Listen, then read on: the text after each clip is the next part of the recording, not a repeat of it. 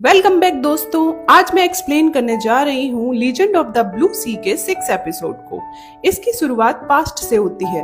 जलपरी दमयोंग के घर में है और तभी अचानक दमयोंग का एक दोस्त उसके पास आता है और वो जलपरी को अपने साथ चलने के लिए कहता है।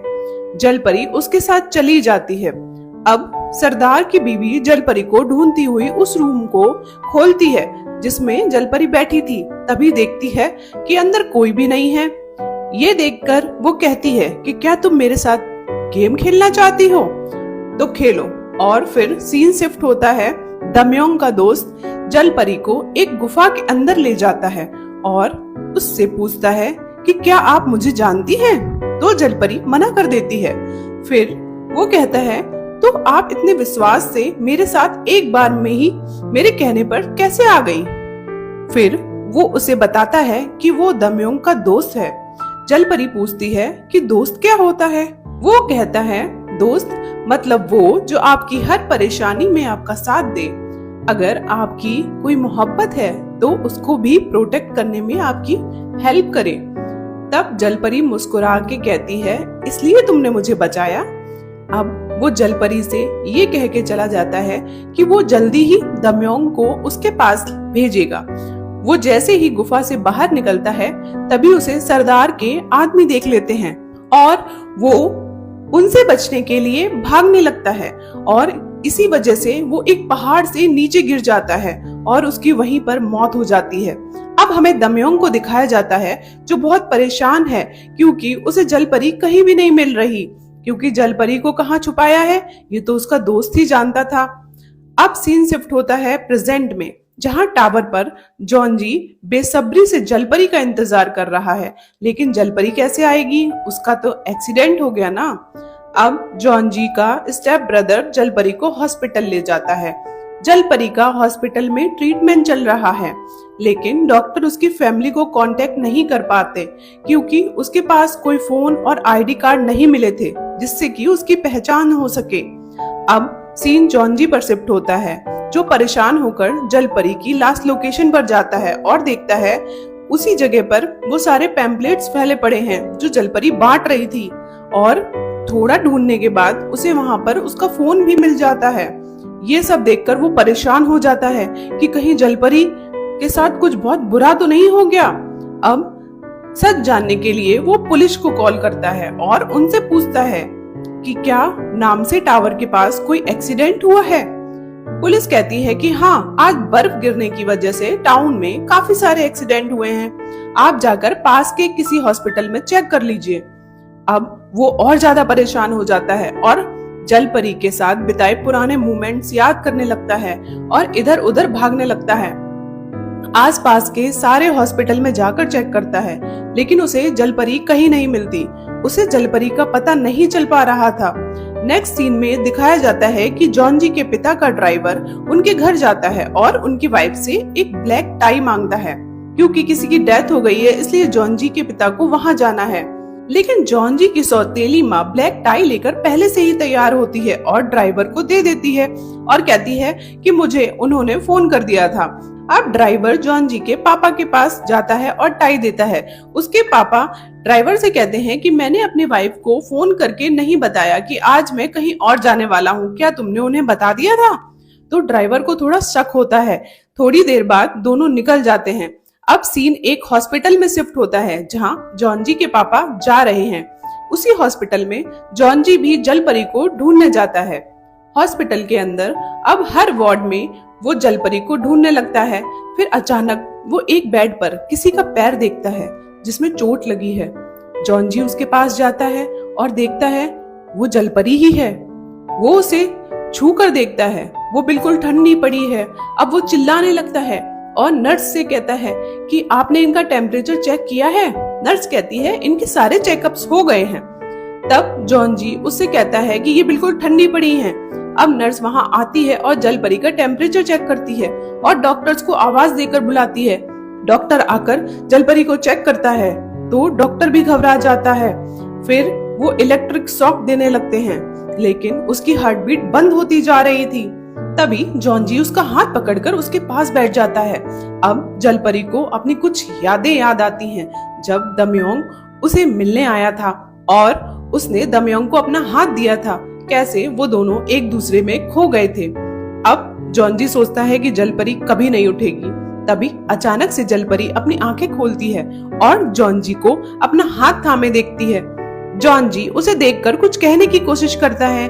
तभी जलपरी उसकी तरफ देखती है और कहती है कि मैंने एक सपना देखा जिसमें तुमने ऐसे ही मेरा हाथ थामा था और मैं जिंदा हो गई। अब वो जल्दी जल्दी नॉर्मल होने लगी थी। क्योंकि वो एक जलपरी थी इसलिए उसका पैर का फ्रैक्चर बहुत फास्ट रिकवर होने लगता है। डॉक्टर ये देखकर एकदम चौंक जाते हैं।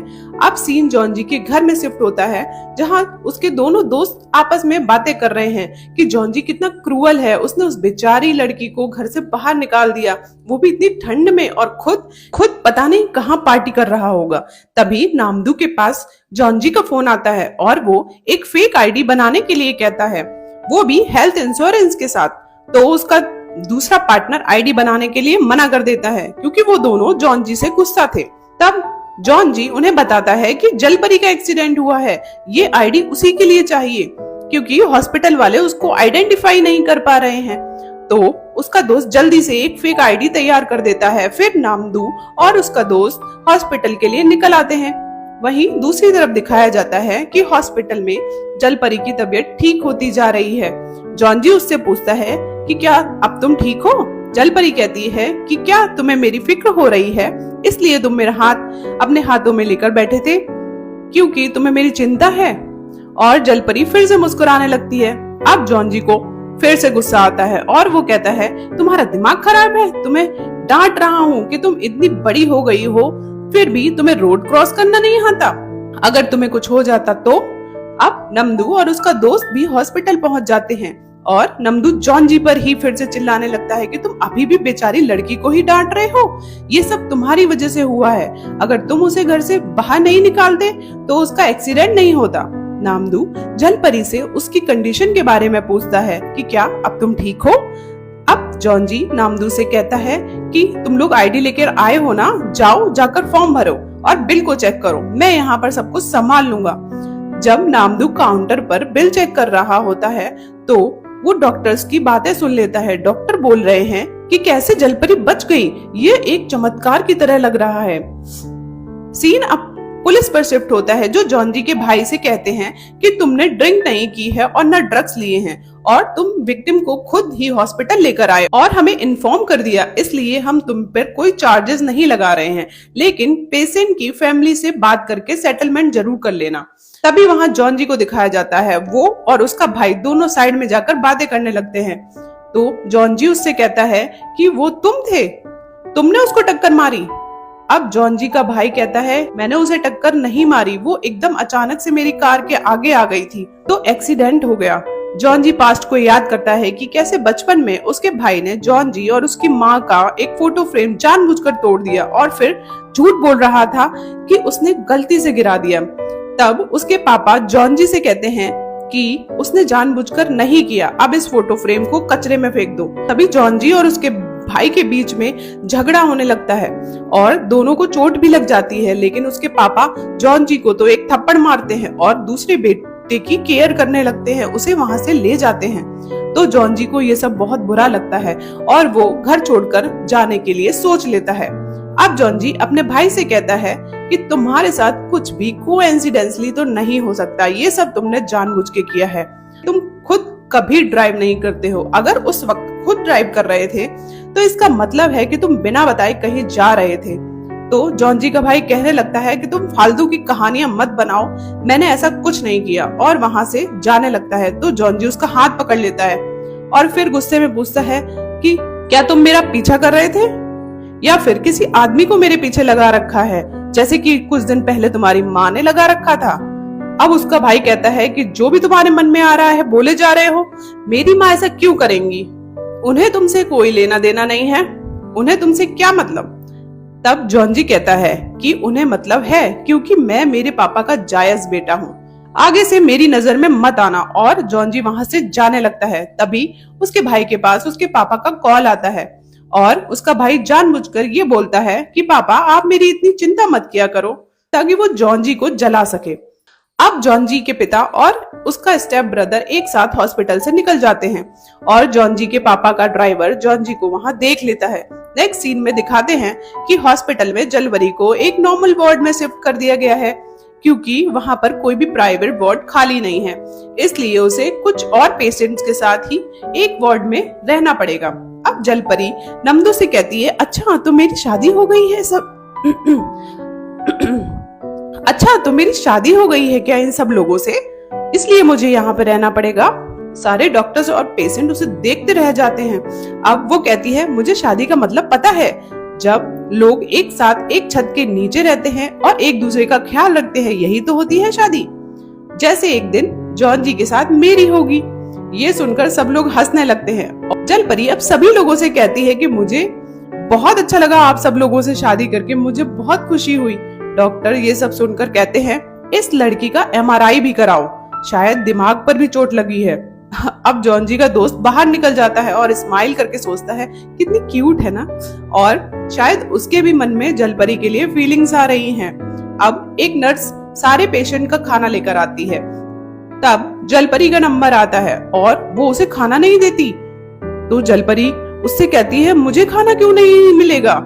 तो नर्स कहती है कि कल तुम्हारी सर्जरी है, इसलिए तुम्हें फास्टिंग पर रखा है। जलपरी बहुत दुखी हो जाती है और फिर जॉन जी को फोन करके बताती है कि यहाँ सबको खाना दिया गया लेकिन मुझे नहीं दिया गया, मुझे भूख लगी है, मैं क्या करूं जॉन जी, खाने के बिना मैं मर गई। तो जॉन जी हंसने लगता है और जलपरी को डांट कर फोन रख देता है कि तुम्हारी कल सर्जरी है, इसलिए तुम्हें फास्टिंग करनी है। पर उसके बाद वो डॉक्टर्स को कॉल करता है और कहता है कि ऐसे कैसे किसी पेशेंट को आप भूखा रख सकते हैं, और उन्हें खाना देने के लिए मना लेता है। अब दिखाया जाता है कि हॉस्पिटल में जलपरी को खाना दिया गया और वो बहुत खुश हुई और फिर उसने जॉन जी को फोन किया और बताया कि मुझे खाना दे दिया गया है। जॉन जी उसी के रूम के बाहर खड़ा होकर चुपके से उसे देख रहा था, लेकिन फिर भी उससे कहता है कि मैं बिजी हूँ, बार बार मुझे कॉल मत करो। फिर वो स्माइल करता है तो अपने आप से ही कहता है कि मुझे ये क्या हो गया है, मैं इस लड़की के बारे में इतना क्यों सोचता हूँ। अब जॉन जी हॉस्पिटल के बाहर निकलता है, तभी वहां उसे अपने पापा का ड्राइवर मिल जाता है और वो बातें करने लगते हैं। तब जॉन जी से वो ड्राइवर कहता है कि अब तुम्हें घर वापस आ जाना चाहिए, तुम्हारे पापा तुम्हें बहुत याद करते हैं और उनसे अब तुम्हें सुलह कर लेनी चाहिए।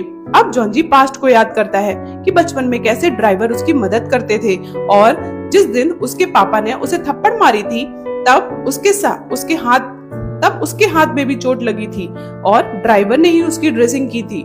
और जॉन जी ने उनसे कहा था कि मैं घर छोड़कर चला जाऊंगा और एक दिन अपनी माँ को ढूंढ लूंगा, एक बहुत बड़ा घर बनाऊंगा जिसमें अपनी माँ के साथ रहूंगा, तब तक आपको मेरे पापा का ख्याल रखना होगा। और आज का दिन है जब जॉन जी ड्राइवर से कहता है कि आपने अपना प्रॉमिस तो निभाया लेकिन मैं अपना प्रॉमिस नहीं निभा पाया।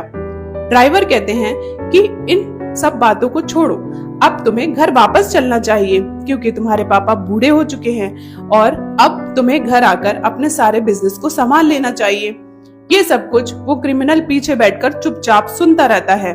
फिर दिखाया जाता है जलपरी हॉस्पिटल में काफी एंजॉय कर रही है। जलपरी हॉस्पिटल में व्हील चेयर पर बैठकर इधर उधर घूमती रहती थी, तो एक बार वो देखती है हॉस्पिटल के बाहर एक लेडी धरना दे रही है।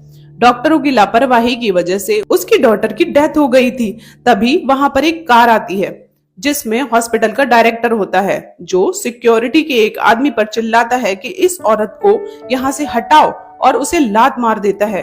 ये सब जलपरी देख रही होती है और उसे गुस्सा आ जाता है। वो वहां व्हील चेयर से उठकर दौड़ती हुई आती है और डायरेक्टर को एक जोरदार लात मारती है जिससे वो बहुत दूर जाकर गिरता है। सीन शिफ्ट होता है और डायरेक्टर के ऑफिस में सब बैठे होते हैं, जहां सीसीटीवी कैमरास में वो दिखा रहा है कि जलपरी ने कैसे उसे लात मारी और वो फ्रैक्चर का बहाना बना रही है। अब मैं इसे जेल भेजूंगा, इसे जेल का खाना खाना पड़ेगा। तब जलपरी पूछती है कि क्या जेल का खाना टेस्टी होता है। अब दिखाया जाता है कि जलपरी उस धरना वाली लेडी के पास जाती है और वो बताती है कि कैसे डॉक्टर की लापरवाही की वजह से उसकी बेटी की जान चली गई। इसलिए मैं बस असली वजह जानना चाहती हूँ कि मेरी बेटी की मौत कैसे हुई है। और वो बहुत रोने लगती है तो जलपरी उसका हाथ पकड़ती है और उससे कहती है कि एक बात बताऊं, मैं तुम्हारी यादों से तुम्हारी बेटी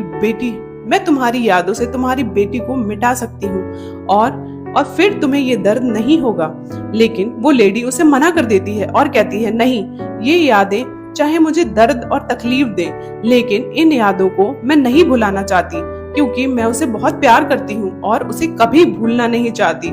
नेक्स्ट सीन में जॉन जी और उसके दोस्त सीसीटीवी कैमरा में देखते हैं कि कैसे जलपरी ने डायरेक्टर को लात मारी। तो नामदू कहता है कि पहले डायरेक्टर ने सिक्योरिटी वाले को लात मारी थी, ऐसे लोगों को तो हमें सबक सिखाना चाहिए। तो वो लोग एक प्लान बनाते हैं और जॉन जी चेयरमैन का बेटा बनकर हॉस्पिटल आता है और डायरेक्टर से उसका फोन लेता है कि उसे अपने फादर को कॉल करनी है, लेकिन उसका फोन अपने फोन से बदल देता है। वो फोन अपने हैकर दोस्त को दे देता है जो उसके सारे पासवर्ड को हैक कर लेता है और उसके लैपटॉप से सारे फ्रॉड के सबूतों को इकट्ठा कर लेता है। नामदू चेयरमैन के बेटे को तब तक एयरपोर्ट से लेता है और उसके शहर में घुमाता रहता है। जॉन जी अब डायरेक्टर को सारे सबूत दिखाकर डराता है और कहता है, हम चाहते हैं कि तुम जिस लड़की यानी जलपरी पर केस कर रहे हो उस केस को वापस लो और उस लेडी को सच बताओ जो बाहर खड़ी धरना दे रही है। अब डायरेक्टर उस लेडी से माफी मांगता है और उसकी बेटी की असली रिपोर्ट उसे दे देता है। सिक्योरिटी वाले से भी माफी मांगता है। ये सब करवाने के बाद जॉन जी फिर भी डायरेक्टर की सारे सबूत को पुलिस को भेज देता है। नेक्स्ट डे जलपरी से हॉस्पिटल वाले कहते हैं कि अब तुम्हें अपने घर जाना होगा। तो जलपरी कहती है कि मैं बहुत ज्यादा खाना खाती हूँ, इसलिए आप लोग मुझे यहाँ से निकाल रहे हैं ना। तो डॉक्टर्स कहते हैं नहीं, तुम ठीक हो गई हो इसलिए निकाल रहे हैं। जलपरी कहती है कि मेरा तो कोई घर ही नहीं है। तभी पीछे से जॉन जी कहता है कि चलो घर चलते हैं। अब जॉन जी जलपरी को घर लेने के लिए निकल जाता है। फिर जलपरी जॉन जी से पूछती है अब फर्स्ट स्नोफॉल कब होगी। तो जॉन जी कहता है कि अब नेक्स्ट ईयर ही होगी, इस साल की तो हो चुकी। जलपरी शॉक्ड हो जाती है कि 1 साल तक मुझे वेट करना होगा और फिर उससे कहती है कि क्या कोई किसी से इतना प्यार कर सकता है कि उसके पास उसकी सारी यादें हैं जो उसे उसके जाने के बाद उसे तकलीफ देती हैं, लेकिन फिर भी वो उन यादों को भूलना नहीं चाहता। इस बात को सुनकर जॉन जी को याद आता है कि कोई उसे आई लव यू कहता है, लेकिन वो कौन है उसे याद नहीं है। तभी रास्ते में उसे एक बोर्ड दिखाई देता है तो उसको एक आइडिया आता है कि यहाँ पहली स्नोफॉल हो चुकी है, लेकिन अभी भी बहुत सी जगह ऐसी हैं जहाँ फर्स्ट स्नोफॉल अभी तक नहीं हुई है। तुम मेरे साथ चलोगी वहाँ? तो जलपरी कहती है क्या ये सच है? हाँ मैं चलूंगी। अब सीन शिफ्ट होता है जहाँ जॉन जी के पापा और उनका ड्राइवर कार में जा रहे हैं और ड्राइवर बताते हैं कि मैं जॉन जी से मिला था और मैंने उससे आपसे मिलने के लिए कहा है, अगली बार मैं उस पर और ज्यादा जोर डालूंगा। वहीं दूसरी तरफ जॉन जी की सौतेली माँ ये सब बातें सुन रही होती है और उसके फादर घर के अंदर जा रहे हैं। तब वो ड्राइवर से कहते हैं थैंक यू जॉन जी को समझाने के लिए और प्लीज उसे घर वापस ले आओ। अब ड्राइवर कार में वापस जाता है तो उसको छुपा हुआ टेप रिकॉर्डर मिल जाता है। अब वो समझ जाता है कि उसकी सौतेली माँ को सारी बातें कहाँ से पता चल रही थी और उन्हें जॉन जी की सौतेली माँ पर शक होता है। तभी उसके पास वो क्रिमिनल आ जाता है और ड्राइवर पर अटैक कर देता है। सीन जॉन जी पर शिफ्ट होता है जो जलपरी को लेकर एक स्नो पॉइंट पर पहुंच जाता है और वहां स्कीइंग करने के लिए वहां के कपड़े पहन लेता है। सभी लोग जलपरी को देख रहे हैं क्योंकि वो बहुत ही सुंदर लग रही है। अब वो जलपरी को शूज पहनाता है और फिर से उसे फ्लैशबैक आने लगते हैं। वो जलपरी से पूछता है कि क्या मैंने पहले भी ऐसा किया है, लेकिन जलपरी कुछ नहीं बोलती। अब जॉन जी जलपरी को स्केटिंग करना सिखाता है, लेकिन जलपरी को बहुत ज्यादा जल्दी होती है। वो बीच में ही भाग जाती है और तेजी से फिसलने लगती है। वो जॉन जी को बचाने के लिए चिल्लाती है। अब जॉन जी दौड़कर उसके सामने खड़ा हो जाता है और उसको बचाने की कोशिश में जलपरी उसके ऊपर गिर जाती है। दोनों वहाँ बर्फ पर लेटे हैं और हंसने लगते हैं और इस मूवमेंट को एंजॉय कर रहे होते हैं। तभी जॉन जी जलपरी से कहता है कि मुझे कुछ पता करना है, क्या तुम मुझसे कुछ कहोगी? तो जलपरी पूछती है कि क्या? तो जॉन जी धीरे से फुसफुसाते हुए उससे कहता है कि आई लव यू और जलपरी उसे देखती रह जाती है। इसी के साथ ये एपिसोड यहीं पर खत्म होता है और फिर मिलेंगे एक नई कहानी के साथ एक नए एपिसोड में। Bye bye and take care.